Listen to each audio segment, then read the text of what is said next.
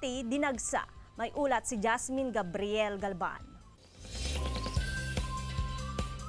Maagang dumagsa sa tanggapan ng COMELEC Dagupan ang ilang kandidato para sa Barangay at Sangguniang Kabataan Elections 2023. Ngayon ang huling araw ng pagsusumite ng pangalan ng watchers at nagsabi na ang COMELEC na walang extension. Inaasahan natin na ngayong huling araw ng submission ng listahan ay makakapag-comply yung ating mga kandidato kasi doon po sa rules natin, ang deadline po is 15 days before the election day. So they are all well informed naman, so in-expect natin na makakapag-comply sila before the end of the day. Sumailalim na rin sa final briefing ang mahigit 1,000 gurong magsisilbing miyembro ng Electoral Board sa araw ng eleksyon.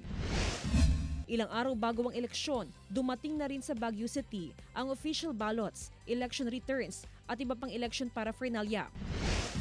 Dumating na rin ang mga gagamiting balota at iba pang election paraphernalia sa Abra. Dinala ang mga ito sa isang storage facility sa Abra Sports Complex at binabantayan na ng mga pulis.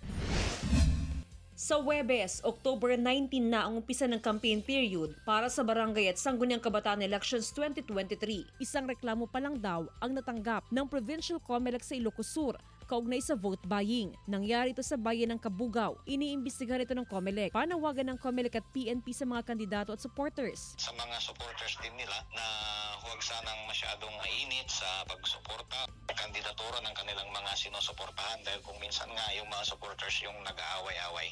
Jasmine Gabriel Galban para sa Mornings with GMA Regional TV.